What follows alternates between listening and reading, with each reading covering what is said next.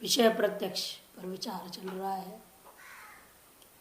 इसे कहा था ननु घटादरंतःकरण अवच्छिन्न प्रमात्र वेदो नाम न तावदैक्यम किंतु प्रमात्र सत्ता अतिरिक्त सत्ता कत्वभाव। प्रमात्र भेदो नाम प्रमात्र चेतन का भेद होने का अर्थ क्या है? न तावद ऐक्यम, ऐक्यता को कर नहीं कहते, न तावद ऐक्यम किंतु प्रमात्र सत्ता अतिरिक्त सत्ता का स्वभाव, प्रमात्र सत्ता से अतिरिक्त सत्ता का अभाव को कहते। प्रमात्र सत्ता से अतिरिक्त सत्ता का अभाव। यह सत्ता यदावच्छिन्न चैतन्य आप मान रहे हो उसकी जो सत्ता होगी, और जिस विषयाति अवच्छिन्न चैतन्य की सत्ता के साथ ऐक्यता को आप बोध करना चाह रहे हैं, उन दोनों की ऐक्यता होने पर ही विषय का प्रत्यक्ष का तात्पर्य क्या है वो स्पष्ट करते देखिए। तथा च घटादे है स्वावच्छिन्न चैतन्य अध्यस्ततया विषय चैतन्य सत्य घटादि सत्ता अधिष्ठान सत्ता अतिरिक्ताया आरोपित सत्ताया अनंगीकारात्। घटादे है स्वावच्छिन्न चैतन्य अध्यस्ततया। घट कहाँ है? घट में भी अस्तित्व का अनुभव हो रहा है। घटासन पटासन व्यवहार कर रहे हैं, घटोस्ती पटोस्ती मोटोस्ती व्यवहार करते हैं। तो सत्ता का जो अनुभव हो रहा है, यह प्रश्न उठ रहा है कि घट की सत्ता जो हम व्यवहार कर रहे हैं ये कहाँ है? घटावच्छिन्न चैतन्य में ही घट की सत्ता है। घटावच्छिन्न चैतन्य जो होगा, ये चैतन्य तो व्यापक है। घटादि उपाधियों के कारण से उसमें परिच्छेद हो रहा है, वस्तुकृत परिच्छेद। कि परिच्छेद तीन ही प्रकार के होता है, देशकृत, कालकृत और वस्तुकृत परिच्छेद होता है। घटादि वस्तुकृत परिच्छेद घटावचिन चैतन्य हम जो कहते हैं, तो उस घटावचिन चैतन्य का जो सत्ता होगा, उसी सत्ता में घट की सत्ता भी अध्यस्त है। घटावचिन चैतन्य की सत्ता में ही घट सत्ता अध्यस्त है। अर्थात सीधे सीधे कहना है तो घटावचिन चैतन्य में ही घट अध्यस्त है। घटावचिन चैतन्य में घट अध्यस्त है। जैसे मठ कहाँ है पूछा जाए, कहाँ है? आप कहेंगे गौरी माफी गांव में। ये एड्रेस नहीं है, इसका असली एड्रेस है मठावचिन चैतन्य में। यह मठ परिकल्पित है, इसलिए मठावचिन चैतन्य में मठ अध्यस्त है। मठावचिन चैतन्य में मठ अध्यस्त है, घटावचिन चैतन्य में घट अध्यस्त है, ये शरीरावचिन चैतन्य में ये शरीर अध्यस्त है। इस प्रकार से तत्त उपाध्यवचिन चैतन्य में ही तत्त उपाधि अध्यस्त सत्ता को माना जाता है। इसलिए स्वावच्छिन्न चैतन्य अध्यस्ततया, घटादि जो कहाँ है, स्व मैंने घटावच्छिन्न चैतन्य। स्व इसलिए सामान्य शब्द प्रयोग कर रहे हैं, पटादि के लिए किसी भी वस्तु को ले सकते, घटावचन पटावचन मठावचन कोई भी अवस्था ले। स्वावच्छिन्न चैतन्य अध्यस्ततया, स्वावच्छिन्न चैतन्य में अध्यस्त होने से विषय चैतन्य सत्तैव घटादि सत्ता। इसे विषय चैतन्य का जो सत्ता है वही घटादि का भी सत्ता हो गया। जैसे मठावच्छिन्न चैतन्य जहां हम लोग बैठे हुए हैं, जिस चैतन्य में मठ अध्यस्त है, उस चैतन्य की सत्ता से अतिरिक्त सत्ता मठ की सत्ता नहीं हो सकती। जैसे आप जिस भूमि पर बैठे हैं, अभी जिस आसन में बैठे हुए हैं, उस आसन की सत्ता से अतिरिक्त सत्ता आपकी नहीं हो सकती, क्योंकि आसन की सत्ता हटा दीजिए, आप कहाँ हैं? आप कहाँ बैठे रहेंगे, है ना? जिस सत्ता में आपकी चैतन्य का उपाधि बैठा हुआ होगा, उसी सत्ता को आपकी सत्ता माननी पड़ेगी। इसे घटावचन चैतन्य की जो सत्ता होगी वो घट की सत्ता से अतिरिक्त सत्ता नहीं हो सकता। तो चैतन्य की सत्ता ही वास्तविक है और घट की सत्ता आध्यासिक है। इसे का कहना है विषय चैतन्य का जो सत्ता होगा वही घटादि का सत्ता है, क्योंकि अधिष्ठान सत्ता अतिरिक्ताया आरोपित सत्ताया अनंगीकारा। कि अधिष्ठान की जो सत्ता होगी उसे अतिरिक्त कोई स्वतंत्र आरोपित सत्ता नहीं मानी जा सकती। आरोपित सत्ताओं की स्वतंत्रता नहीं होती है, अतएव सत्ता में भेद नहीं हो सकता है।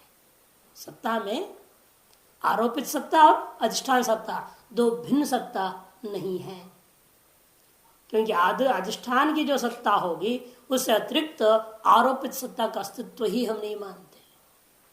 क्यों नहीं मानते? क्योंकि जिस चैतन्य में यह अध्यस्त हो रहा है उस चैतन्य से अतिरिक्त आध्यासिक खुद की कोई सत्ता की क्या अस्तित्व रहेगा। जैसे रज्जु में अध्यस्त जो सर्प है, उस रज्जु की सत्ता से अतिरिक्त सर्प की आरोपित सत्ता भी माना जा सकता है। प्रतीति काल पर्यंत भी प्रतीत होने वाली जो सर्प की सत्ता है वह भी रज्जु सत्ता से अतिरिक्त सत्ता नहीं है। इसलिए इदम रजतम या अयम सर्प इत्यादि में क्या है, इदम अंश का बाद नहीं होता है, केवल रजतांश सर्पांश का बाद है। कि इदम अंश क्या है, वो अधिष्ठान की सत्ता का बोधक है। यह जो इयम शुक्ति था उसी इयम शुक्ति में इदम रजतम प्रतीत हो रहा है। तो इयम जो स्त्रीलिंग में वहां शुक्ति के कारण से स्त्रीलिंग प्रयोग किया और इदम रजतम इदम नपुंसकलिंग प्रयोग कर रहे हो, लेकिन वह जो पूर्ववर्ती वस्तु का बोधक इदम शब्द दोनों में जो प्रयोग हो रहा है दोनों स्वतंत्र नहीं है। अधिष्ठान जिसमें हम किसी भी चीज की अध्यास करते हैं या कल्पना करते हैं या भ्रांति से ग्रहण करते हैं वह अधिष्ठान की सत्ता से अतिरिक्त आरोपित वस्तु की सत्ता नहीं होगी। इसलिए कहते हैं यहां पर अधिष्ठान सत्ता से अतिरिक्त आरोपित सत्ता को हम स्वीकार नहीं करते। अतएव अब कहते विषय चैतन्य और विषय का अधिष्ठान चैतन्य, विषय का अधिष्ठान चैतन्य घटावचिन चेतन अलग चीज है। घटावचिन चेतन अधिष्ठान भी बनता है घट के प्रति, उसी में घट अध्यस्त है। अधिष्ठानात्मक चैतन्य घटावचिन चैतन्य में विषयावचिन चैतन्य, विषय अधिष्ठान चैतन्य। अब एक के लोग उपाधि को व्यवहार हम कर रहे हैं जिसमें सकल वस्तु अध्यस्त है, घटपट आदि सारे के सारे वस्तु। वह सामान्य जो अधिष्ठान चैतन्य है उस सामान्य चैतन्य में घटावचिन चैतन्य का अध्यास है और उस घटावचिन चैतन्य में घट अध्यस्त है। अपरिच्छिन्न सर्वव्यापक चैतन्य में परिच्छिन्न चैतन्य की परिकल्पना पहले हुई उपाधिवशात, अतएव उस परिकल्पित परिच्छिन्न चैतन्य में ही उस विषय परिच्छेदक भूत विषय को अध्यस्त मानना। सामान्य चैतन्य में घटावच्छिन्न चैतन्य अध्यस्त है और घटावच्छिन्न चैतन्य में घट अध्यस्त है। तो घट तो अध्यस्त मालूम पड़ता है, लेकिन घटावच्छिन्न चैतन्य कैसे अध्यस्त? क्योंकि उपहित चैतन्य परिच्छिन्न हो गया ना। अपरिच्छिन्न में परिच्छिन्न का अध्यास नहीं होगा तो क्या परिच्छिन्न वास्तविक होगा? और उसको घट में ही उसका अनिश्चित हो जाता है। नहीं, घट में कैसे? घट तो स्वयं मिथ्या है, नित्य व्यापक सत्य नित्य मिथ्या हो गया ना। इसलिए हम कह रहे हैं कि वो अध्यस्त है, कि घटावचिन चैतन्य भी मिथ्या है। मिथ्या वस्तु ही अमिथ्या वस्तु में अध्यस्त हो सकता है। अतः जो सामान्य व्यापक के नित्य चैतन्य में घटावचिन चैतन्य को मध्यस्थ कहते हैं। दोनों को एक कर दिया जाए कैसे करेंगे? उपाधि को त्यागना पड़ेगा ना। उपाधि को त्यागे बिना नहीं होगा, उपाधि को त्यागे बिना तो नहीं होगा ना ऐक्यता। इसको तो भागवत त्याग लक्षण करते हैं। तत्वमसि में है क्या? तत्वमसि आदि महावाक्य का ही तो यही मतलब है। उपहित चैतन्यों का उपाधियों को त्याग कर दो तब अनुपित चैतन्य रह जाता है। इस तरह से प्रत्येक वस्तु में नेति नेति सब बोध क्या कराते हैं। प्रत्येक उपाधि को आप इस तरह से छोड़ते जाइए। इसे समझाने के लिए चित्रदीप प्रकरण जो पंचदशी में आया हुआ है बहुत ही सुंदर प्रकरण है। मगर एक बड़ा चित्र है, चित्रपट है, इस दुनिया भर चित्र है। अब आपसे पूछा जाए अधिष्ठान बता पट कहाँ है, ढूंढिए। अधिष्ठान बता पट किसको दिखेगा?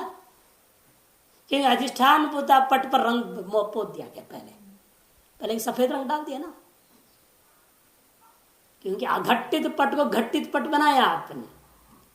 जैसे अपरिच्छिन्न चैतन्य को आपने परिच्छेद कर दिया माया से या विद्या से, जो भी शब्द प्रयोग करवाओ, है ना।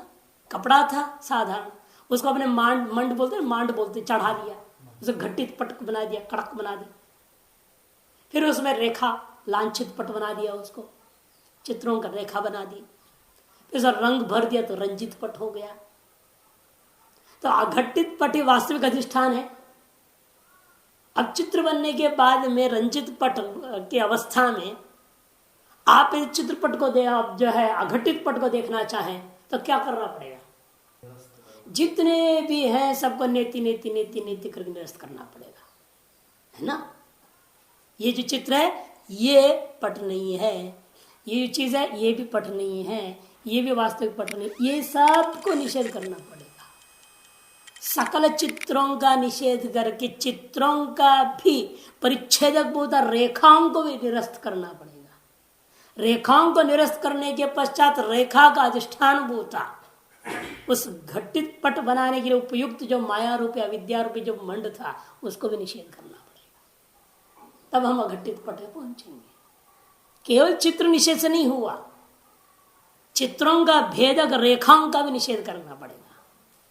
उन रेखा का भी भेदक उस घटित पट का कारणीभूत मंड का भी निषेध करना पड़ेगा। स्थूल शरीर, सूक्ष्म शरीर, कारण शरीर, तीनों को जब तक निषेध नहीं करेंगे तब तक अधिष्ठान में पहुंच नहीं सकते।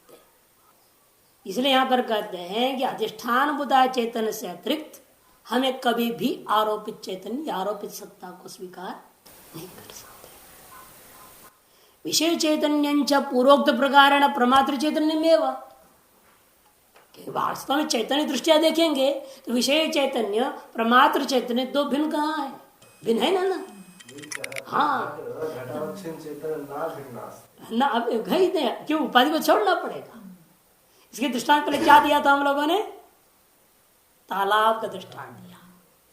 तालाब, नाली, खेती, क्यारी। तालाब में भी पानी है, नाली में भी पानी है और क्यारी में भी पानी है। क्यारी में जो पानी वो क्यारी के आकार को प्राप्त कर गया, नाली में जो पानी वो नाली के आकार को प्राप्त किया हुआ है। और ये सब आए कहां से हैं? तालाब आकार अवच्छिन्न पानी है तो सब पानी ही।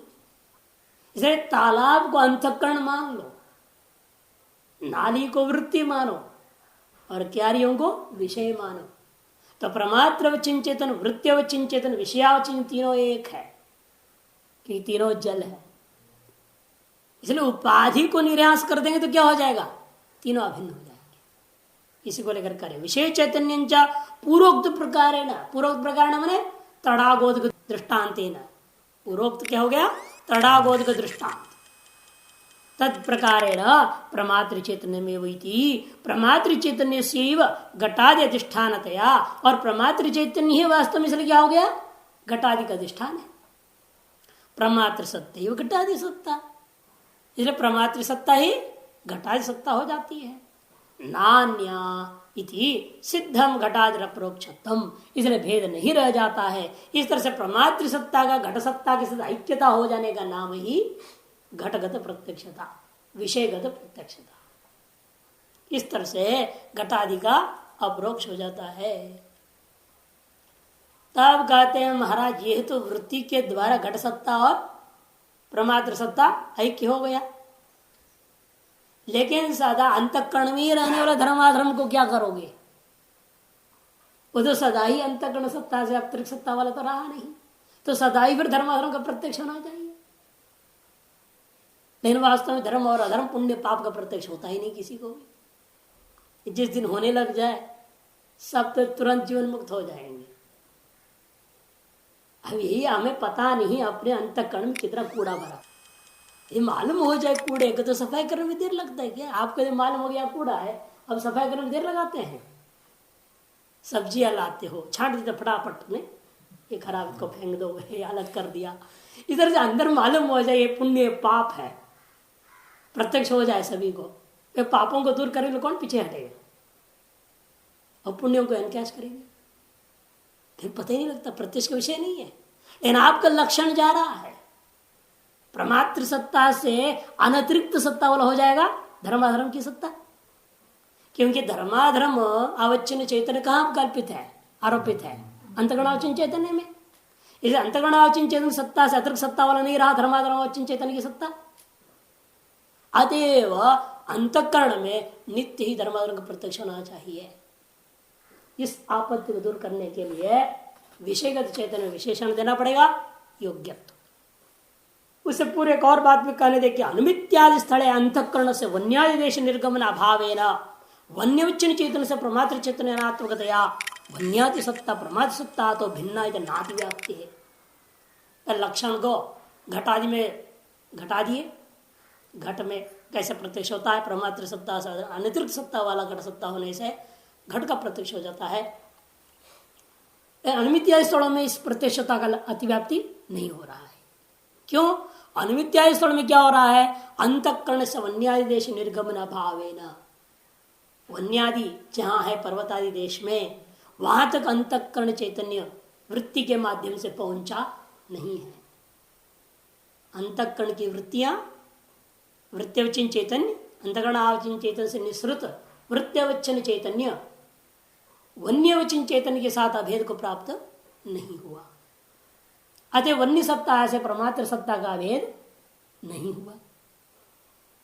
वन्यादि देश निर्गमन अभावेन वन्यवच्छिन्न चैतन्य से प्रमात्र चैतन्य अनात्मकतया, इसलिए वन्यवच्छिन्न चैतन्य क्या है, प्रमात्र चेतनात्मक नहीं हुआ।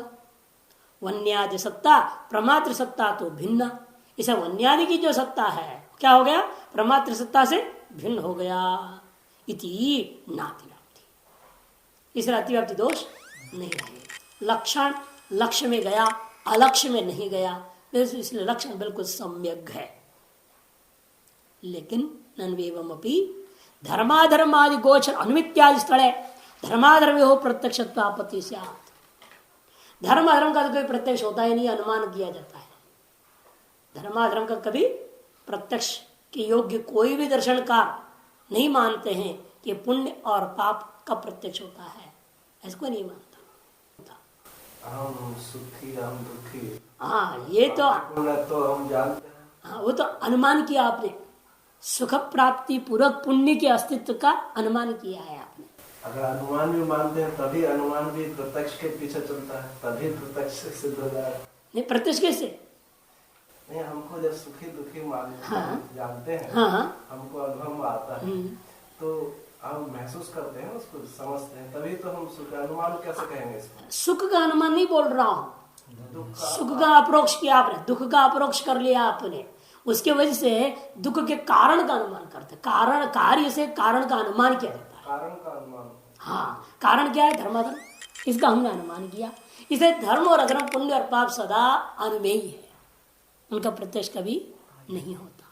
अहम पुण्यात्मा, अहम पुण्यात्मा अथवा अहम पापात्मा, सुख दुख अन्यत्र साक्षात्कारवान, सुख दुख का अनुभव से सिद्ध मैं हूं, इसी वजह से मैं अपने आप को पुण्यात्मा पापात्मा मानूंगा। अहम पुण्यात्मा अथवा पापात्मा, सुख दुख अन्यत्र साक्षात्कारवत्वात्, सुख दुख अन्य साक्षात वाला मैं हूं, इसलिए उसको पंचम बना दो, सुख दुख अन्यत्र साक्षात्कारवत्वात्। यन्नयं तन्नयं यथा उदासीन आत्मा, अनुमान हो गया। इसे यह पूर्व पक्ष कहता है धर्माधर्म का अनुमिति भी कहां हो रही है, अंतःकरण में। समान देश में विषय रह गया कि नहीं रह गया, उस अनुमिति को भी प्रत्यक्ष कहना पड़ जाएगा, क्योंकि आपके अनुसार विषय की सत्ता और अधिष्ठान सत्ता एक हो गया, प्रमात्र सत्ता विषय सत्ता एक हो रहा है। वही कह रहे देखो, धर्माधर्म आदि गोचर अनुमित्यादि स्थले, धर्माधर्म विषय को अनुमित्यादि स्थल में धर्माधर्मयोः प्रत्यक्षत्वापत्ति ही, धर्म और अधर्म का प्रत्यक्षत्वापत्ति हो जाएगी। क्यों? धर्माद्यवच्छिन्न चैतन्य से प्रमात्र चैतन्य भिन्नतया धर्मादि सत्ताया प्रमाद सत्ता अनतिरिक्यादि की, धर्माद्यवच्छिन्न चैतन्य प्रमात्र चैतन्य के साथ अभिन्न रहेगा। मेरे विषयावच्छिन्न चैतन्य प्रमात्र चैतन्य के साथ अभिन्न हो गया, इसका मतलब विषय की जो सत्ता है वह प्रमात्र सत्ता से अभिन्न हो गया। इति चेत न, तो विशेषण क्या देंगे हम, योग्यत्वस्यापि विषय विशेषणत्वात्, योग्यत्व को भी हमने विषय का विशेषण बना लेना है, तब दोष दूर हो जाएगा। योग्यत्व विषय विशेषणत्वात्, योग्य विषय अतिरिक्त सत्ता होनी चाहिए। परमात्म सत्ता से अतिरिक्त योग्य विषय सत्ता, ऐसे विशेषण हो जाएगा। योग्य मैंने प्रत्यक्ष योग्य होना चाहिए। ये तो सर्व दर्शनों में विचार करके निर्णय लिया गया किन किन पदार्थों का प्रत्यक्ष होने योग्य है, कौन से पदार्थ प्रत्यक्ष होने योग्य नहीं है। जैसे गुरुत्व है, धर्म अधर्म है ना, ये सब क्या है, प्रत्यक्ष के योग्य नहीं माना गया। और रूप रस गंध स्पर्श वगैरह प्रत्यक्ष के योग्य माना गया है। योग्य विषय होना चाहिए। ऐसे करने पर अयोग्य जितने विषय है उनमें अतिव्याप्ति दूर हो जाता है। तब पूर्व पक्षी कहते हैं एवं अपनी रूपी घट इत्यादि प्रत्यक्ष स्थले घटगत परिमाण आदि है प्रत्यक्ष। रूपी घट प्रत्यक्ष हो गया। इस स्थल में क्या होगा, घटगत रूप का प्रत्यक्ष होने के साथ साथ घट का परिमाण आदि भी प्रत्यक्ष हो जाना चाहिए। कि घट की सत्ता का अंतर्गत ही रूप सत्ता है। अब रूप का प्रत्यक्ष करने का मतलब क्या, रूप सत्ता का प्रमात्र सत्ता से अभेद हो गया। आपकी अपनी जो चैतन्य में निरूपिता सत्ता है, स्व अंतःकरणावच्छिन्न निरूपिता या सत्ता, तदभिन्ना सत्ता हो गई है रूप सत्ता का। तभी जाकर के आप रूपी घटक को प्रत्यक्ष करते हैं। फिर कहें घटक ज्ञानवान हम, नहीं तो कैसे बोलोगे रूपी घटक ज्ञानवान हम। ये सब तभी होता ना जब विषय प्रत्यक्ष, जब विषयगत साक्षात्कार हो जाता है। और आपके साथ अभेद कर लिया आपने, लेकिन अभेद कर तो इतना ध्यान जरूर रखते हैं, सत्ता मात्र का अभेद होने से अहम घटो अस्मि ऐसा नहीं होता। अहम घटम पश्यामि होता है, अहम घटम पश्यामि होता है, अहम घटोस्मि नहीं होता। परमात्र सत्ता के घट सत्ता के अभेद का मतलब अहम और घट का अभेद नहीं है। चैतन्यों का अभेद का भी तात्पर्य दोनों की ऐक्यता नहीं है, दोनों की आत्यंतिक ऐक्यता नहीं है। केवल अनुभव करने के लिए आपकी सत्ताओं की ऐक्यता का कथन किया जा रहा है, तो वस्तु की एकता नहीं होता। क्योंकि नित्य अनित्य दो वस्तुओं का, सत्य और मिथ्या वस्तुओं का कभी एकता नहीं हो सकता। और हम प्रत्यक्ष करने जा रहे हैं, चैतन्य का नहीं, घट का प्रत्यक्ष करने जा रहे हैं, उपाधि प्रत्यक्ष होने जा रहा है। इसे अंतरों को ध्यान रखना है, नहीं तो वेदांत में उलझ जाएगा आदमी। ये सब two different orders of reality. Yes, कि हम किसको प्रत्यक्ष करने जा रहे ये देख रहा है। नहीं, हम चैतन्य का प्रत्यक्ष करने जा रहे हैं, जाएंगे तब तो उपाधि का बात करना पड़ेगा, भागत्या लक्षण हो जाएगी। वो हम नहीं कर रहे हैं। यहाँ विचार चल रहा है इस समय घट प्रत्यक्ष का, विषयगत प्रत्यक्ष का विचार चल रहा है। प्रकरण है विषयों का प्रत्यक्ष है ये नहीं, और उनमें भी व्यावहारिक सत्यता को स्वीकार करना ही पड़ेगा, तभी तो उनका प्रत्यक्ष करोगे।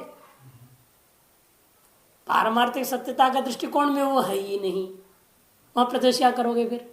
जो है नहीं उसका प्रत्यक्ष करेंगे क्या? अतएव ये सब जो प्रश्न है और जो शंका समाधान हो रहा है, सारा विचार जो चल रहा है वेदांत परिभाषा में, व्यावहारिक सत्ता का दृष्टिकोण से विषयगत प्रत्यक्ष के मान रहे हैं, तो विषय की सत्ता को स्वीकार करके व्यवहार हो रहा है। इनका कहना है कि देखो उस स्थिति में क्या होगा, रूपी घट प्रत्यक्ष स्थले घटगत परिमाण आदि प्रत्यक्ष उपति खत्म। रूपावचन चेतन से परिमाणाद्यवचन चेतन से एकतया, कि रूपावचन चैतन्य और परिमाणादि अवचन चैतन्य सभी क्या है, घटावचन चैतन्य में परिकल्पित है। क्योंकि जो घटावचन चैतन्य है उसी में क्या है, घट के रूपावचन चैतन्य भी उसी में कल्पित है, परिमाणावचन चैतन्य भी है, स्पर्शावचन चैतन्य भी है, रसावचन चैतन्य है, गंधावचन चैतन्य है। जितने भी घटगत गुण है उन सभी की अवचन चैतन्य उसे घटावचन चैतन्य में कल्पित माननी पड़ेगी। अच्छा, घटावचन चैतन्य की सत्ता से अनतिरिक्त सत्ता वाला हो जाएगा रूपावचन चैतन्य की सत्ता, परिमाणावचन चैतन्य की सत्ता से अभेद हो जाएगा। चाहते जब रूप प्रत्यक्ष करने जाओगे उसके साथ में जितने भी वो सब प्रत्यक्ष होने लग जाएंगे। आपके अनुसार सत्ता का अभेद मात्र को लक्षण का विषय बना लेते हैं, तो लक्षण तो उनके में भी चला गया कि रूप सत्ता के साथ साथ परिमाण आदि की सत्ता का भी अभेद हो जाएगा। तो रूपी घट के साथ में रूप के परिमाण आदि का भी प्रत्यक्ष हो जाना चाहिए। परिमाणादि कहते इसलिए परिमाणादि चेतन से एकतया रूपावचन चेतन से प्रमात्र चेतन अभेद है। जब रूपावचन चेतन का प्रमात्र चेतन के साथ अभेद हो जाता है तो परिमाणाद्यवचन चेतन से प्रमात्र भिन्नतया, परिमाणादि चेतन क्या हो जाएगा? प्रमात्र चेतन से अभिन्न हो जाएगा। अभिन्नतया परिमाणादि सत्ताया प्रमात्र सत्ता अतृप्तत्व भावात, परिमाण आदि की सत्ता भी प्रमात्र सत्ता से अतिरिक्त नहीं रह जाएगा।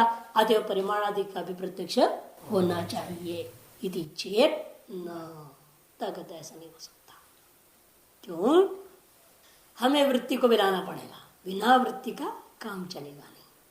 हमें कहना पड़ेगा जब रूप को मैं प्रत्यक्ष करने जा रहा हूं उस समय मेरे अंतःकरण के द्वारा केवल रूप आकार वृत्ति ही हो रही है, परिमाण आकार वृत्ति नहीं है, रसाकार वृत्ति नहीं है, गंधाकार वृत्ति नहीं है, स्पर्शाकार वृत्ति नहीं है। से यदाकार वृत्ति होगी, यद्यदाकार वृत्त वचन चैतन्य को लेकर के विषय का मैं प्रत्यक्ष करने जा रहा हूं, उसी विषय की सत्ता का अभेद माना जा सकता है। अन्य विषयों की सत्ता के साथ अभेद रहते हुए भी उनका प्रत्यक्ष नहीं होगा, क्योंकि तद विषय का आकार वृत्ति नहीं हुई है। इसलिए विशेषण क्या होगा? तत्तदाकार वृत्ति उपहितत्वस्यापि प्रमात्र विशेषण, प्रमाता का विशेषण है, विषय का विशेषण नहीं, प्रमाता का विशेषण बना देगा। विषय का विशेषण योग्यत्व था और प्रमाता का विशेषण क्या होगा? तत्तदाकार वृत्ति उपहित प्रमात्रवच्छिन्न चैतन्य की सत्ता से अतिरिक्त योग्य विषयावच्छिन्न चैतन्य की सत्ता होने पर विषय का प्रत्यक्ष होता है, ये लक्षण बनेगा। इसमें फिर एक विषय जोड़नी पड़ेगी, जो पूर्व तत्त इंद्रिय भी जोड़ना पड़ेगा। तत्त इंद्रिय नहीं तो किसी इंद्रिय का विषय का प्रत्यक्ष हो रहा है तो अन्य इंद्रिय का भी प्रत्यक्ष साथ साथ हो जाएगा, यह आपत्ति होगी।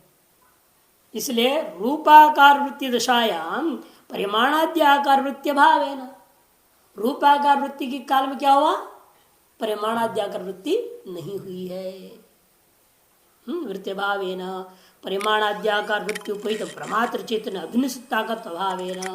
इसलिए परिमाणाद्याकार वृत्ति उपहित प्रमात्र चेतन की सत्ता से अभिन्न सत्ता परिमाण का नहीं हुआ, अभाव है ना अतिव्याप्त भावात, इसलिए अतिव्याप्ति दोष नहीं रहेगा। कहते ये सब तो ठीक है, लेकिन समस्या दूसरी खड़ी होगी। वृत्ति का प्रत्यक्ष होता है कि नहीं होता है? वृत्ति का प्रत्यक्ष होता है कि नहीं होता है? ये तो विषयों का प्रत्यक्ष की बात हो गई। विषयों की प्रत्यक्ष के लिए वृत्ति की अपेक्षा बीच में लाना पड़ा। घटाद्याकार, गंधाकार, रूपाकार, परिमाणाकार, तत्आकार वृत्तवच्छिन्न प्रमात्र चैतन्य लिया आपने।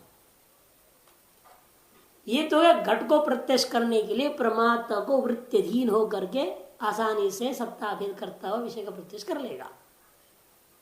किंतु वृत्ति का प्रत्यक्ष कैसे करेंगे हम? कि वृत्ति की सत्ता और प्रमात्र वचन सत्ता दोनों सदा भेद रहेगा। कि वृत्ति कहां से निकल रही है? प्रमाता से, अंतःकरण से। तो प्रश्न उठता है फिर वृत्ति को तो सदा प्रत्यक्ष होना चाहिए, और वृत्ति को तो आज तक किसी ने देखा ही नहीं, केवल घट को देख रहा है। तो वेदांत सुनने के बाद पता लगता है वृत्ति भी एक होती है। किसको मालूम है वृत्ति होती क्या है? आंख से सीधा देख रहा है घट को, मैं आंख से घट को देख रहा हूँ। आंख से कोई वृत्ति भी निकली है अंतःकरण की, बाहर गई है, घटाकर को प्राप्त हो गई है, कौन जानता है? स्वामी जी, लेकिन वस्तु को सिद्ध करने के लिए तो वृत्ति की जरूरत है, लेकिन वृत्ति को सिद्ध करने के लिए और वृत्ति मानेगी। यही तो प्रश्न उठा रहे हैं हम अभी। वृत्ति का प्रत्यक्ष कैसे करोगे? वृत्ति को विषय बनाना पड़ेगा ना। घट एक विषय है, उसको प्रत्यक्ष करने की वृत्ति की जरूरत पड़ी। जब वृत्ति को प्रत्यक्ष करोगे तो वृत्ति मेरा विषय बना कि नहीं बना? और उसको कैसे प्रत्यक्ष करोगे? कोई और वृत्ति लाओगे, पर वो भी वृत्ति विषय है या नहीं? वो भी वृत्ति विषय, उसको प्रत्यक्ष और वृत्ति लाओ तो अनावस्था दोष हो जाएगा। ही करें नन ये वृत्तवपि अव्याप्ति, वृत्ति में अव्याप्ति दोष हो जाए। नन्वेवम, यदि आप ऐसा लक्षण बना लोगे तो वृत्ति का प्रत्यक्ष किसी को कोई कर नहीं पाएगा। वृत्तौ अव्याप्ति, जबकि वृत्ति का प्रत्यक्ष होता है। न किंचित अवेदिशम, मैं कुछ नहीं जानता था, बैठा था एकदम मूढ़ता पूर्वक बैठा हूं, कोई विषय नहीं चल रहा है, समाधि काल में भी क्या है, कोई विषय तो रहता नहीं, बैठा है, वृत्ति चल रही है। और फिर ब्रह्माकार वृत्ति बनाओगे बात अलग चीज है, नहीं बनाओगे तो क्या होगा? जड़ समाधि क्या है? ब्रह्माकार वृत्ति होती है उसमें? नहीं। और कोई घटपटाकार वृत्ति है क्या? कोई वृत्ति नहीं। किंतु वृत्ति है विषयाभाव, सर्व विषयाभाव है, स्वरूपाभाव भी है। स्वरूपाकार वृत्ति भी नहीं है, अविषयाकार वृत्ति भी नहीं है, किंतु वृत्ति है केवल। उसको हम लोग जड़ समाधि कह देते हैं। वहां सुख भी नहीं, दुख भी नहीं, लेकिन है तो उसका प्रत्यक्षवाक्य नहीं हुआ, वो कैसे होगा? तो उसका लक्षण आपका नहीं जा रहा है। आपने जो लक्षण बनाया वो लक्षण उसमें नहीं जा। तत्तदाकार वृत्ति, आपने कहा वृत्त्याकार वृत्ति माननी पड़ेगी। वृत्त्याकार वृत्ति जैसे घटाकार वृत्ति है ना, उसे उपहित प्रमात्र चेतन, पटाकार वृत्ति से उपहित प्रमात्र चेतन, वृत्त्याकार वृत्ति से उपहित प्रमात्र चेतन, ऐसे कहना पड़ेगा जब वृत्ति को विषय बनाओगे। इसे आपका लक्षण में असंभव दोषग्रस्त हो गया या अव्याप्ति दोषग्रस्त मानो। अनवस्था भी वृत्ति गोचर वृत्ति अनंगीकारेण, और अनवस्था का भय से वृत्ति विषय वृत्ति आप नहीं मान सकते।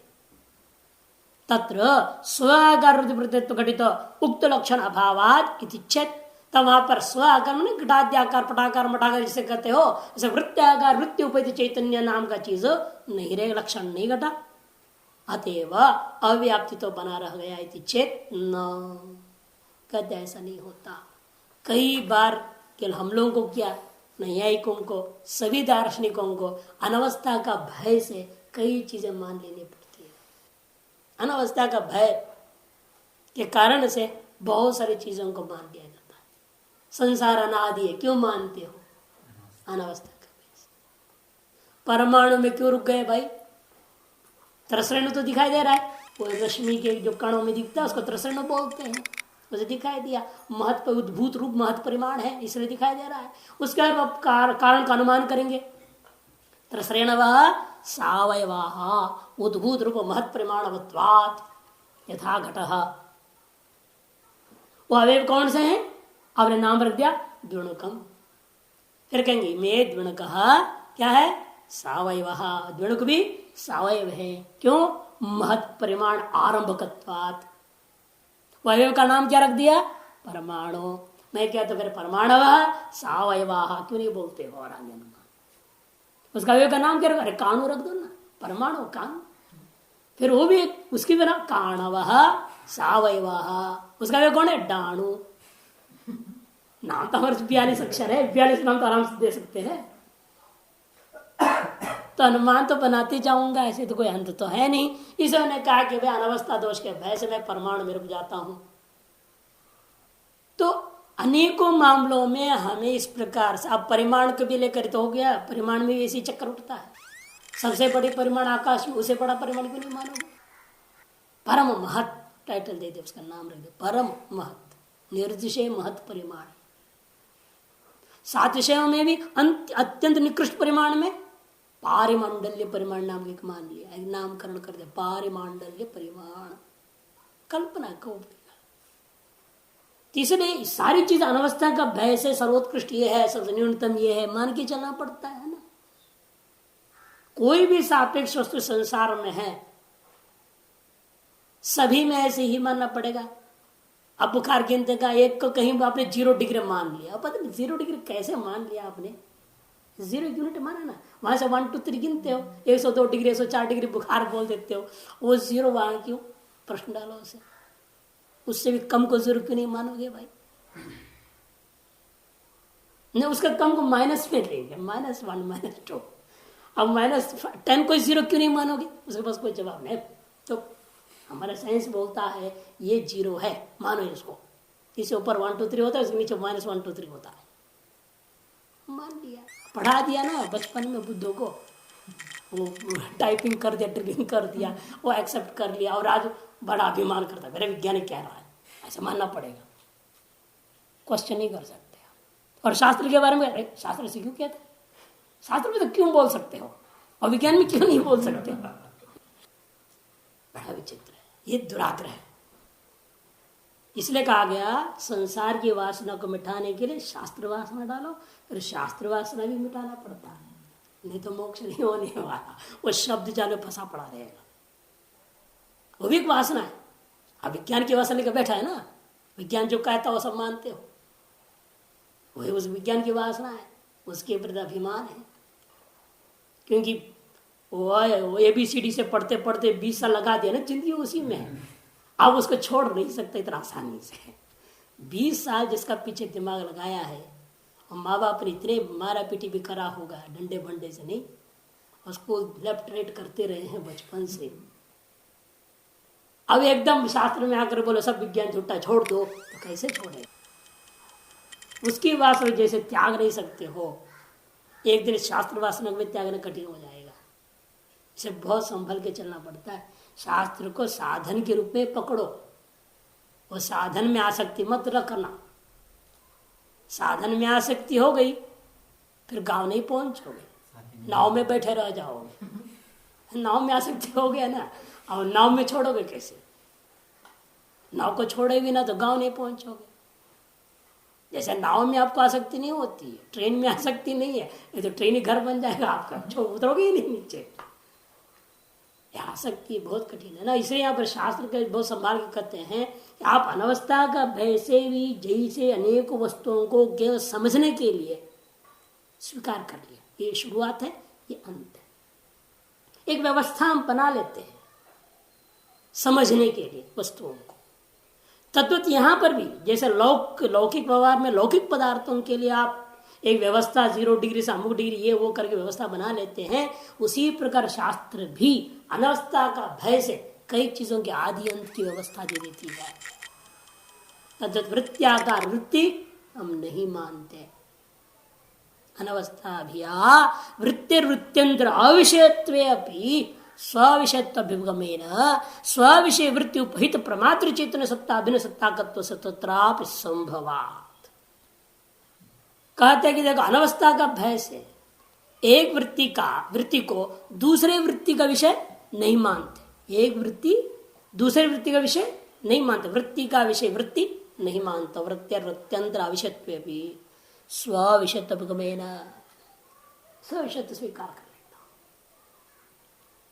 नहीं तो नैयायिक सभी में दोष आएगा। वो आत्मा का प्रत्यक्ष मानता है ना, आत्मा का प्रत्यक्ष कौन किया? कौन करेगा? मन करेगा। मन का प्रत्यक्ष कौन करेगा? आत्मा करेगा। अन्योन्याश्रय दोष आ जाएगा। आत्मा का प्रत्यक्ष मन करेगा, मन कर आत्मा फंसेगा वो भी। उसको कहना पड़ेगा नहीं स्वाविषय चैतन्य आत्मा है, आत्मा का प्रत्यक्ष के लिए किसी की अपेक्षा नहीं है। वो मनुष्य का कारण केवल आत्मा को किसने प्रत्यक्ष किया? खुद आत्मा ने कर लिया। क्या स्वप्रकाश? कहीं ना कहीं आपको स्वप्रकाश मानना पड़ेगा ना। वह भी यदि पर प्रकाशी हो जाए फिर तो अनवस्था दोष आएगा ही नहीं आएगा। उनके मत में भी, किसी के भी मत में हो, कहीं ना कहीं किसी न किसी को स्व विषय अभ्युगम स्वीकार करना पड़ेगा। इस तरह से वृत्ति स्व विषय प्रत्यक्ष विषय बनता है। उसके लिए और वृत्त्यंतर की अपेक्षा नहीं होती। इसके स्व विषयत्व अभ्युगम में न स्व विषय वृत्ति उपहित प्रमात्र चेतन, वृत्ति विषय वृत्ति वृत्त्यंतर नहीं, वृत्ति विषय वृत्त्यंतर नहीं, वृत्ति विषय वृत्ति में कहा दिया जाता है स्व विषय वृत्ति के लिए। वृत्ति स्वयं को विषय कर लेती है और वृत्त्यवचिन चेतन की सत्ता प्रमात्र सत्ता से अभिन्न हो जाता है। निर्विषयाकारा वृत्ति, इसको क्या हम कहेंगे? निर्विषयाकारा वृत्ति जब होती है तो वह वृत्ति स्वयं को चैतन्य के साथ प्रमात्र चेतन के साथ अभेद करके अनुभव में आ जाता है। जैसे देख लो, हम कई बार दृष्टांत देते हैं, ये हमारी जो चंद्रमा और सूर्य को लेकर के, सूर्य का किरण चंद्रमा पर आता है और चंद्रमा का किरण धरती पर आता है। धरती के विषयों से टकरा करके वापस सूर्य की ओर चला जाता है। किरण यूं आया, इधर से इधर से वापस, ये चक्र चल रहा है। यही हो रहा है। अंतःकरण से निकला, घट में गया, घट से फिर वापस स्वरूप में पहुंचना पड़ेगा। अंतःकरण से इंद्रियां, इंद्रियां से घट, घट से वापस अंतःकरण के साथ अभेद हो गया, तभी घट विषय प्रत्यक्ष हो जाता है। और एक समय वो आ जाता है अमावस्या का दिन जहां पर सूर्य के सारे किरण चंद्रमा से लगे, चंद्रमा से वापस लौट के सूर्य में चले, जगत की ओर आते नहीं। उस समय चंद्रमा की किरण किसी विषय घटादि के साथ संबंध नहीं हुआ। उसी प्रकार अंतःकरण से निकली हुई वृत्ति किसी विषय को न ग्रहण करते हुए वह वृत्ति अवचिन चेतन की स्वसत्ता प्रमात्र चित्त सत्ता के साथ अभेद जब हो जाता है तो वृत्ति का प्रत्यक्ष हो जाएगा। जब तक विषय की ओर जाएगा तो विषय अवचिन की सत्ता प्रमात्र सत्ता से अभेद होकर के घटादि का प्रत्यक्ष हो जाता है, तो वृत्ति का प्रत्यक्ष नहीं हो पाता। से वृत्ति का प्रत्यक्ष करने के लिए अंतःकरण की वृत्ति को इस तरह से हमें नियंत्रण करना है ताकि वो किसी विषयाकार को प्राप्त न हो, विषयाकार को प्राप्त न हो। यस्तु विज्ञानवान सारथि,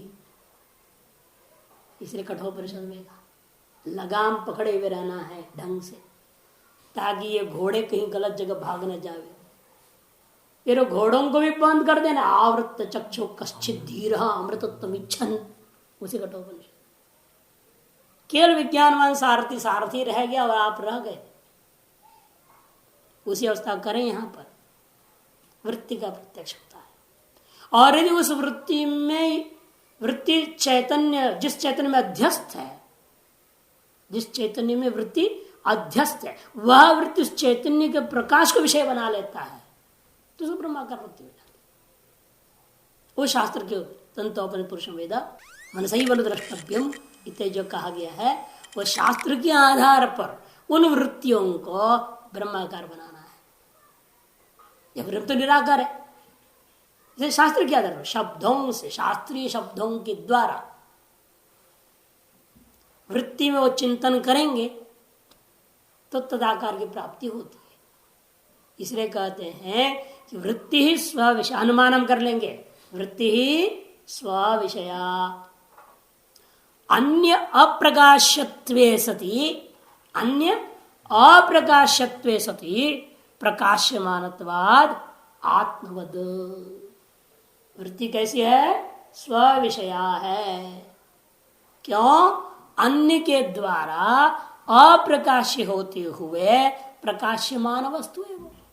अन्य प्रकाश्यत्वे सति प्रकाश्यमानत्वाद। दृष्टांत कौन है इसलिए? आत्मवत। ये दृष्टांत। इस अनुमान से भी वृत्ति को स्विषय प्रमाण मानना पड़ेगा। स्विषय वृत्ति उपच प्रमात्र सत्ता से अभिन्न सत्ताकत्वस्य तत्रापि संभवात। अभिन्न सत्ताकत्व को हम वहां पर भी माने वृत्ति के विषय में भी स्वीकार करते हैं। अब निष्कर्ष क्या निकला? निष्कर्ष क्या निकला इसलिए ऐसे पूर्व एक और बात भी सोच लीजिए, विचार कर लीजिए आगे पंक्ति पढ़ने से पहले। ये तो विषय प्रत्यक्ष हुआ, वृत्ति का प्रत्यक्ष हुआ, ठीक। हम आपसे पूछें क्या अंतःकरण का प्रत्यक्ष होता है कि नहीं होता? होता है ना। क्या अंतःकरणाकार वृत्ति अंतःकरण से निकलने वाली वृत्ति कर लेगी स्वकारणाकार? अंतःकरण से निकलने वाली वृत्ति, वह वृत्ति अंतःकरण के आकार को प्राप्त कर सकती है कि नहीं? अंतःकरण का प्रत्यक्ष होगा कि नहीं होगा? होगा।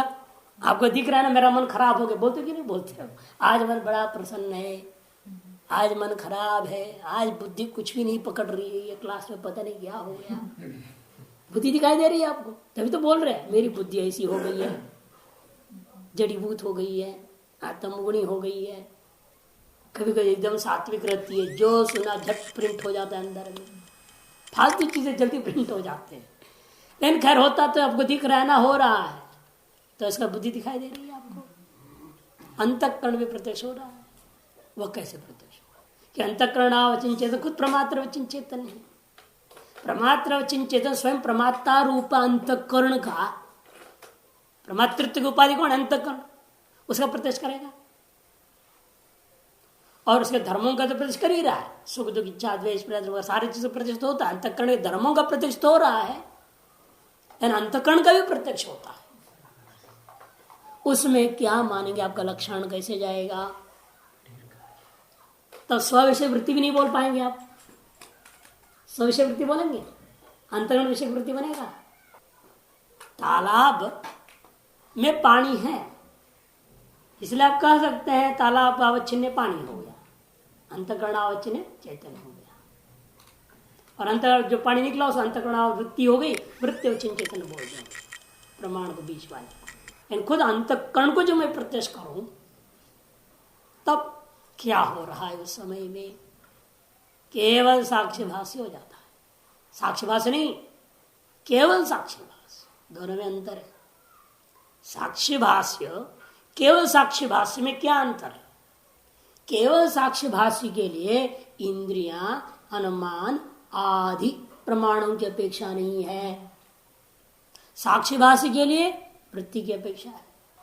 इसे कहा वृत्ति उपहितम चैतन्यम साक्षी ही, वृत्ति उपहितम चैतन्यम साक्षी ही, इंद्रिय अनुमान आदि प्रमाण निरपेक्ष, इंद्रिय अनुमान आदि प्रमाण निरपेक्ष, निरपेक्ष चैतन्यम केवल साक्षीभाष्य, केवल साक्षी।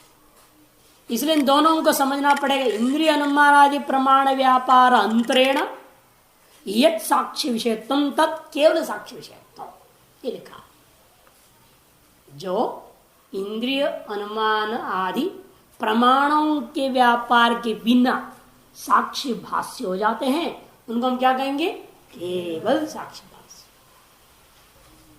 तो इसलिए स्व विषयाकार वृत्ति जब होता है वो तो हो गया, जितना अंतःकरण के धर्म है वो सब क्या हो जाते, इसीलिए केवल साक्षी भाष्य हो जाता। अब उसी निष्कर्ष को मन में रखकर सारी बातों को लिख रहे। एवं च अंतःकरण तद्धर्मादि नाम च, अंतःकरण और अंतःकरण के सकल धर्मों का केवल साक्षी विषयत्व भी, ये सब क्या है? केवल साक्षी का विषय होने पर भी तत्तदाकार वृत्ति अभिगमेन, तत्तदाकार वृत्ति भी मैं स्वीकार करूंगा। उक्त लक्षण से तत्रापि सत्वात् ना व्याप्ति, उक्त लक्षण का वह होने पर भी, होने के कारण अव्याप्ति दोष नहीं रहेगा। इसका मतलब क्या है? अंतःकरणाकार वृत्ति भी आपको मानना पड़ेगा। इंद्रिय की अपेक्षा नहीं है, वहां अनुमान की अपेक्षा नहीं है, किंतु अंतःकरणाकार वृत्ति की अपेक्षा है। अंतःकरण से निःसृत वृत्ति हमेशा घटाद्याकार को भले प्राप्त हो जाती है, लेकिन ऐसा भी समय आता है आपके जीवन में, हर दिन अनुभव होता है, जहां अंतःकरण से निकली हुई वृत्ति अंतःकरणों को ही, अंतःकरण की आकार को प्राप्त हो जाती है और अंतःकरण का प्रत्यक्ष को बनाने में सहायता करती है। अंतःकरण की वृत्ति और अंतःकरण, अंतःकरण की वृत्ति रहित अंतःकरण का क्या रूप? सुषुप्ति अवस्था में वृत्ति नहीं हो, ये वृत्ति कहाँ? अब जैसे कहा जाता है ज्ञान वृत्ति तो है, ऐसे वो बात अलग चीज है। मैं सामान्य प्रत्यक्ष की बात हो रही ना, वहां कोई वृत्ति का प्रत्यक्ष नहीं हो रहा। हाँ, जब ऐक्यता स्थिति में आ जाए, एकाग्रता हो जाए, तब भी प्रमाता स्वस्वरूप का अनुभव जब कर रहा है, प्रमात्र चेतनता का अनुभव जब होता है, तब वृत्ति प्रमात्र आकार को प्राप्त, अंतःकरण आकार को प्राप्त। अंतःकरण को ही विषय कर रही है वृत्ति। प्रमात्री ही अंतःकरण है, ये क्या? हाँ, और फिर फलव्याप्ति जो होती है वो तो प्रमात्री चैतन्य में ही होती है। हाँ, और क्या? ये जो सब हो रहा है फल व्याप्ति की बात हो रही है, घट का प्रत्यक्ष करने का मतलब क्या? फल व्याप्ति है। हम घटम जानना नहीं, ये फल व्याप्ति हो गया। हाँ, तो वृत्ति तो फिर और क्या? अहम अस्मि, ये भी वृत्ति है, मना नहीं कर रहे हैं। यहाँ ये कह रहे हैं अंतःकरण आकार वृत्ति भी होती है, कह रहे सिद्ध कर रहे हैं, उसके बिना अंतःकरण का प्रत्यक्ष नहीं होता। लेकिन अंतःकरण आकार वृत्ति जब होने के लिए इंद्रिय अनुमान आदि की अपेक्षा नहीं है, ये कर रहे। जब इंद्रिय आदि की अपेक्षा हो जाए वो केवल साक्षी भाष्य नहीं कहा जाएगा। अंतःकरण वृत्ति और वृत्ति जो फल व्याप्ति हो तो अंतःकरण वृत्ति हो गई, और वृत्ति का क्या रूप रहा?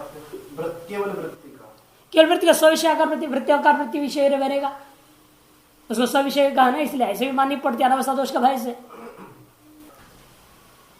तीनों ही कालों में वृत्ति है, लेकिन वृत्ति का प्रत्यक्ष होना ना होना एक अलग चीज। हम यहाँ प्रत्यक्ष की बात कर रहे हैं, हम वृत्ति नहीं होते नहीं कह रहे हैं। प्रत्यक्ष दृष्टिया कहा जा सकता है, प्रत्यक्षानुकूल वृत्ति नहीं था, इन विषयगत प्रत्यक्ष अलग चीज है ना। हमारे इसलिए दो प्रत्यक्ष अलग कर दिया है, ज्ञानगत प्रत्यक्ष अलग है, विषयगत प्रत्यक्ष अलग है। अयं घट ज्ञानगत प्रत्यक्ष है, घटम हम जानामि विषयगत प्रत्यक्ष। विषयगत प्रत्यक्ष करने के लिए प्रमात्र चेतन का भेद होना जरूरी है। ज्ञानगत प्रत्यक्ष प्रमात्र चेतन का भेद होने की कोई जरूरत नहीं है, पहले हो चुका है। पहले तो ज्ञानगत प्रत्यक्ष हुआ और क्या बोला आपको, वृत्त्यवचिन चेतन और विषयावचिन चेतन का अभेद होना जरूरी है। बस दो ही का अभेद होगा, यहां तीनों का अभेद हो रहा है। वृत्ति की अपेक्षा हुआ, कहने के लिए सीधे दो, प्रमात्र चेतन विषयावचिन चेतन का अभेद एवं वृत्ति सापेक्ष। तत्तदाकार वृत्ति उपहित कहा ना, इसलिए तत्तदाकार वृत्ति उपहित होकर के ही होता अन्यथा नहीं। अर्थात वृत्त्यवचिन चेतन, प्रमात्रवचिन चेतन और विषयावचिन चेतन तीनों का अभेद होना ये जरूरी था। इसमें इसलिए प्रश्न उठा, जब विषय घट हो गया, वृत्ति और प्रमात्र तीन हो गए, यहां तो ठीक है आपका लक्षण बन रहा है, इन वृत्ति स्वयं को कैसे प्रत्यक्ष करेगी, इसलिए प्रश्न उठा। उसे भिन्न विषय तो है नहीं, तब का स्व विषय आकर वृत्ति हो सकती है। जैसा जब अंतर्गुण मात्र का प्रत्यक्ष होता है तब भी स्व आकर वृत्ति हो जाती है। तो स्व विषय वृत्ति करने से वृत्ति विषयनी वृत्ति हो सकती है और अंतःकरण विषयनी वृत्ति को स्व विषय वृत्ति शब्द से कहना है। अतएव अंतःकरण का भी प्रत्यक्ष होता है, वृत्ति का भी प्रत्यक्ष होता है, घट का भी प्रत्यक्ष होने में एक लक्षण से व्यवस्था बन सकती है। एक ही लक्षण सारी हो जाएगी, ये व्यवस्था दे रहे हैं यहाँ पर। अब अंतर उसमें क्या करेंगे, इंद्रिय सापेक्ष प्रत्यक्ष विषय घटाने के लिए क्या है, इंद्रिय सापेक्ष प्रत्यक्ष हो गया। वृत्ति का प्रत्यक्षता और अंतःकरण के धर्म का प्रत्यक्षता के लिए साक्ष्य भाष्य होगा, और अंतःकरण का ही प्रत्यक्ष करना है तो केवल साक्ष्य भाष्य। अपरोक्षता में तीन प्रकार का उसी समझा। अंतःकरण तद्धर्मादि ना, घटादि के लिए नहीं कह रहे ये बात, अंत घटादि के लिए तो सामान्य इंद्रिय सापेक्ष है, वो अनुमान सापेक्ष हो जाएगा। इसे कहते हैं अंतःकरण तद्धर्मादि नाम केवल साक्ष्य विषयत्वपि तत्तदाकार वृत्ति विगमेन, फिर भी क्या है, तत्तदाकार वृत्ति स्वीकार करना ही होगा। उक्त लक्षण से तत्रापि सत्वात्, अनुक्त लक्षण को सब में भी रह गए, अतः कहीं भी अव्याप्ति दोष नहीं रहा, न व्याप्ति ही। अब कहते हैं कि अंतःकरण को और अंतःकरण धर्मों को भी वृत्ति का विषय स्वीकार करोगे, फिर केवल साक्ष्य विषयत्व का अर्थ क्या निकला, वहां भी वृत्ति सापेक्ष हो गया। अंतःकरण का प्रत्यक्ष के लिए भी वृत्ति की जरूरत है, वृत्ति का प्रत्यक्ष के लिए स्वाकार वृत्ति की जरूरत है, वृत्ति तो सभी जगह जरूरत रह गया। फिर केवल साक्षी का मतलब क्या, साक्ष्य भाष्य, केवल साक्ष्य भाष्य और वृत्ति भाष्य का अर्थ क्या है ये। तब कहते हैं न च अंतःकरण धर्मादि वृत्ति विषय तपिगमे केवल साक्ष्य तपिगम विरोध इति नवाच्यम। क्यों, नहीं वृत्ति बिना साक्ष्य विषयत्म केवल साक्ष्य विद्यत्म। वृत्ति के बिना साक्षी का विषय होने का नाम केवल साक्ष्य विद्यत्व नहीं है। वृत्ति के बिना साक्षी का विषय होने का नाम केवल साक्ष्य वेद्य, ऐसा न समझें आप। किंतु इंद्रिय अनुमानादि प्रमाण व्यापारम अंतरेण साक्ष्य विषयत्वम केवल साक्ष्य विषयत्वम। इंद्रिय अनुमान आदि प्रमाणों के बिना जो साक्षी का विषय हो जावे उनको हम क्या कहेंगे, केवल साक्षी। ऐसा कौन है वो, अंतःकरण और अंतःकरण के धर्म। बाकी सभी को हम क्या कहेंगे, साक्षी भाष्य कहेंगे, केवल साक्षी भाष्य नहीं कहेंगे। विषयत्वमिति